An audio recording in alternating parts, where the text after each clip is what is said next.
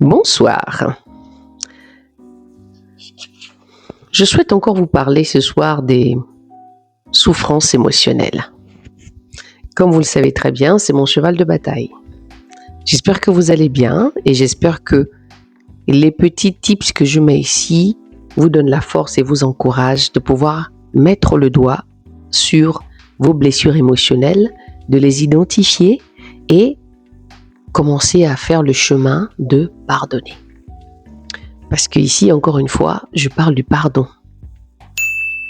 Vous avez déjà vu, j'ai fait plusieurs vidéos pour vous qui me voyez peut-être aujourd'hui ou qui tombent sur les vidéos que je fais. Je m'appelle Armelle et je suis une servante de Dieu. Mais le sujet du pardon, je ne suis pas en train de le déposer ici par rapport à la parole de Dieu. Non. Je parle du pardon ici pour que chacun de nous d'abord mette le doigt dessus avant de mettre un verset biblique, avant de dire que la Bible dit.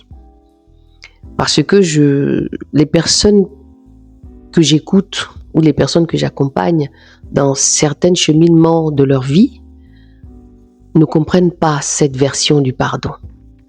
Soit on va demander pardon parce que la Bible nous demande de pardonner, et donc ça devient un pardon assez compliqué, ou soit on prend le temps, on pratique la loi du talion, dent pour dent, œil pour œil, ou bien que finalement on ne pardonne pas et que nous restons avec ces blessures et ça continue à pourrir. Voilà, et c'est ce que j'appelle la métaphore de la poubelle. On le prend, on le met dans un coin et puis on se dit bon c'est pas grave, on va continuer la vie et puis ça ne compte plus. Voilà, parce que je voudrais que mes vidéos, tout le monde l'écoute, qu'il n'y ait pas de barrière. Parce que je pense que le pardon pour moi c'est une santé globale pour nous, pour la population, pour les individus que nous sommes. Et c'est pourquoi je ne voudrais pas mettre le doigt seulement ici à une catégorie de personnes, parce que je souhaite que tout le monde soit concentré et que tout le monde puisse mettre le doigt sur le sujet du pardon. Quand nous parlons du pardon, nous parlons des blessures, les blessures émotionnelles ou les souffrances émotionnelles. Dans certains cas, les blessures que nous pouvons avoir aussi, ça peut venir de la famille, des amis, des personnes très proches que nous aimons. Et aujourd'hui, j'ai envie encore une fois de vous parler des souffrances émotionnelles, qui est toujours la même chose, ça parle toujours du pardon.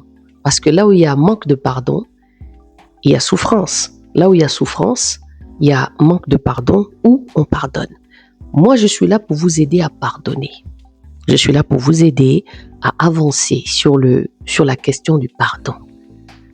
C'est un investissement personnel. C'est un développement de soi-même aussi pour pouvoir mieux avancer. Il y en a qui disent que le pardon délivre, mais tout le monde ne le perçoit pas de la même manière. Et tout le monde n'est pas souvent délivré du fait de demander pardon. Alors, je vais vous lire un petit peu ce que la neuroscience dit encore par rapport au pardon, parce que je vous donne des fois des petits fragments comme ça pour que vous allez réfléchir. La souffrance émotionnelle, qui est justement la souffrance émotionnelle qui passe par le manque de pardon. Suivez-moi ici. Je ne suis pas en train de vous forcer à pardonner. Je voudrais juste que le pardon devienne un sujet que vous mettez, que vous commencez à expérimenter, que vous commencez à appeler tout doucement, parce que c'est quelque chose d'important de pardonner.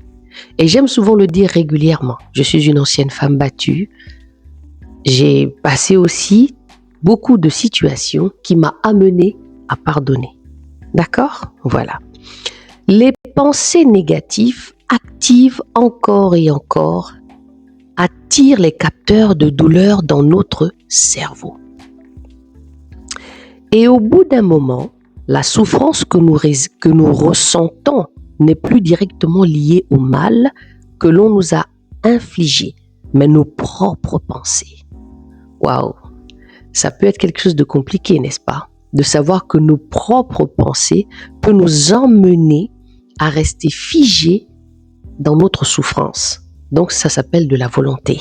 Donc j'ai envie de te dire encore ce soir qu'il faudrait que tu aies de la volonté. Il faudrait que tu aies le vouloir de pouvoir commencer à réfléchir au pardon. Au bout d'un moment, la souffrance que nous ressentons n'est plus directement liée au mal que l'on nous a infligé, mais nos propres pensées. C'est nous et nous seuls qui nous faisons souffrir. Waouh!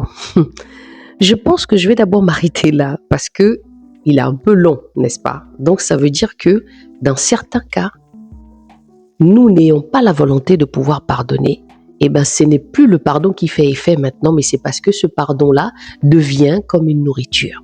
Donc, on aime ressentir cette sensation de souffrance. Donc, d'être dans cet état comment dire,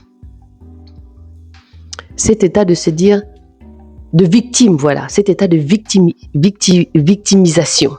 C'est-à-dire, je suis victime et je nourris et je chéris le fait que je sois victime et que je ne puisse pas commencer le processus du pardon. Donc, je te laisse encore réfléchir à cela. Et laissez vos commentaires. Moi, je suis là pour vous aider. Je suis là pour vous enseigner. Et bientôt, je vais commencer les MA classes pour pouvoir vous enseigner à pardonner et mettre le doigt sur vos blessures et vos souffrances émotionnelles. Je vous souhaite une bonne soirée.